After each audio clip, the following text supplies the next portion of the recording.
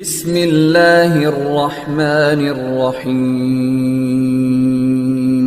رب زدني علما.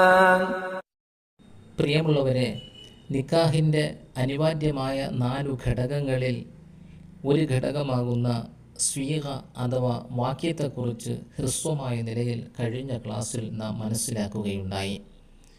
എന്നാൽ നിക്കാഹിൻ്റെ വാക്യം പറയുമ്പോൾ ചില ആളുകളിൽ നിന്നും ചില അക്ഷരങ്ങളും മറ്റും തെറ്റാറുണ്ട്, പിഴയ്ക്കാറുണ്ട്. അത്തരം പിഴവുകളും തെറ്റുകളും സാധാരണക്കാരിൽ നിന്നുമാകുമ്പോൾ കുഴപ്പമില്ല എന്ന് വിശുദ്ധ ദീനുൽ ഇസ്ലാം പഠിപ്പിക്കുന്നു.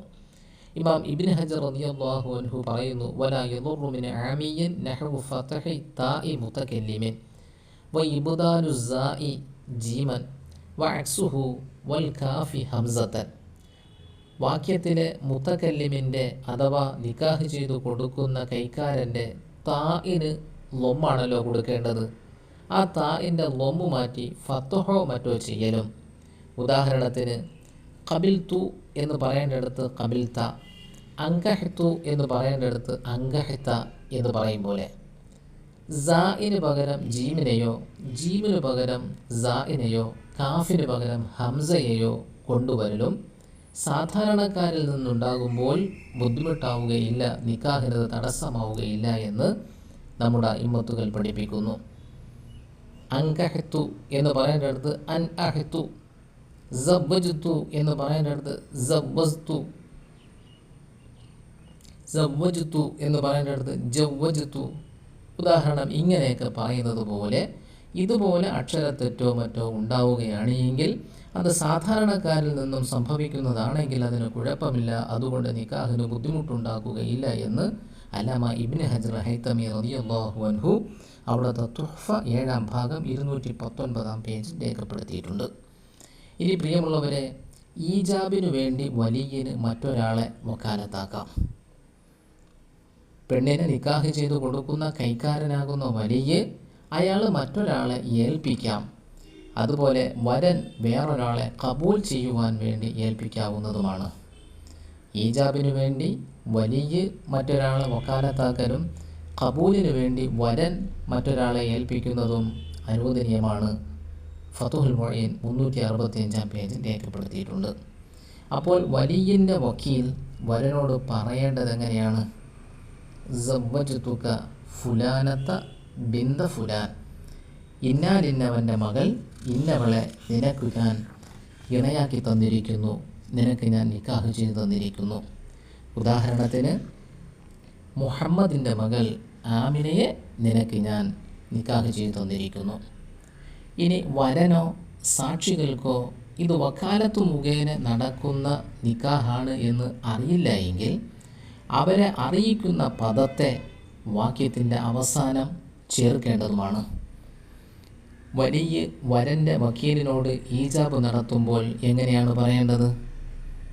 സവ്വജ്തു ബിന്തി ഫുലാന ബിനി ഫുലാൻ, ഇന്നാലിന്നവൻ്റെ മകന്, അതായത് മുഹമ്മദിൻ്റെ മകൻ ഖാദറിന് എൻ്റെ മകളെ ഞാൻ ഇണയാക്കി തന്നു എന്നാണ് പറയേണ്ട രൂപം.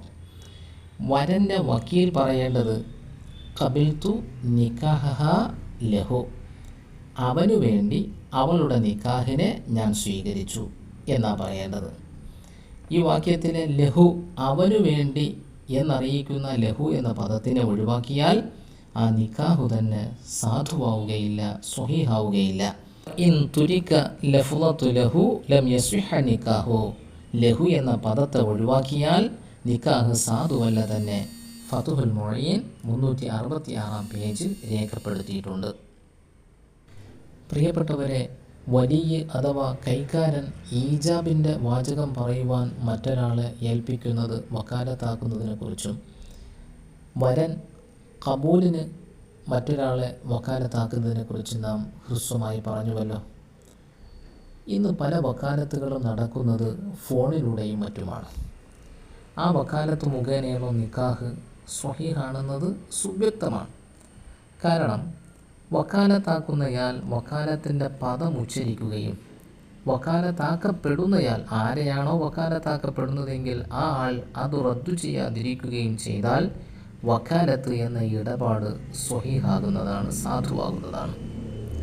ഏൽപ്പിച്ച വിവരമെത്തുന്നത് ഇന്ന രീതിയിലാകണമെന്ന് വക്കാലത്തിൽ വ്യവസ്ഥ ചെയ്തിട്ടില്ല. അതുകൊണ്ട് തന്നെ ഫോണിലൂടെയും മറ്റും വക്കാലത്താക്കിയാലും വക്കാലത്ത് സ്വഹീഹാണ്. ഫോണിലൂടെയോ മറ്റോ ആയാലും വിരോധമില്ല.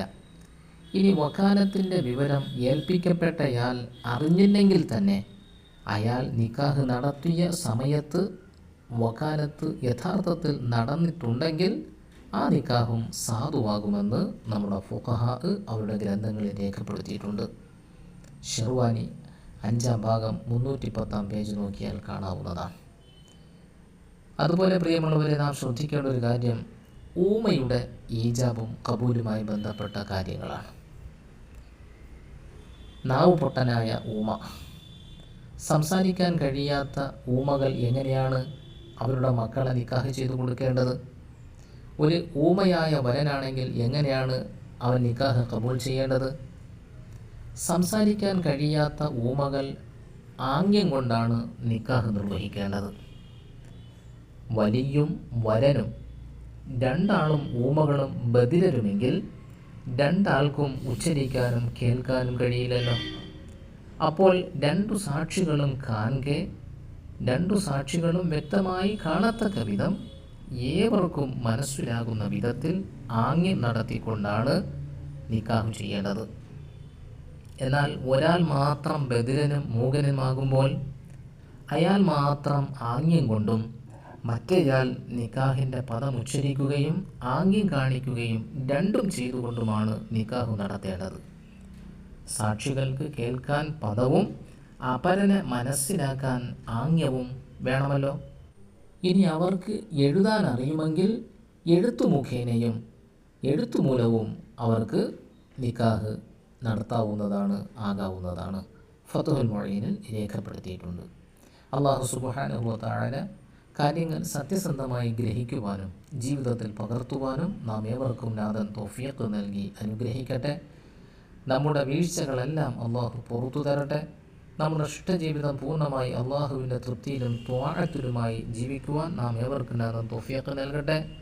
നമ്മുടെ വീടുകളിലും കുടുംബങ്ങളിലും രോഗികളായി കഴിയുന്നവർക്ക് അള്ളാഹു തആല ശിഫാ നൽകി അനുഗ്രഹിക്കട്ടെ. നമ്മുടെ കുടുംബങ്ങളിൽ നിന്നും മൺമറഞ്ഞവർക്ക് അള്ളാഹു മഗ്ഫിറത്തും മർഹമത്തും പരിശുദ്ധ സ്വർഗപ്രവേശവും നൽകി അനുഗ്രഹിക്കട്ടെ.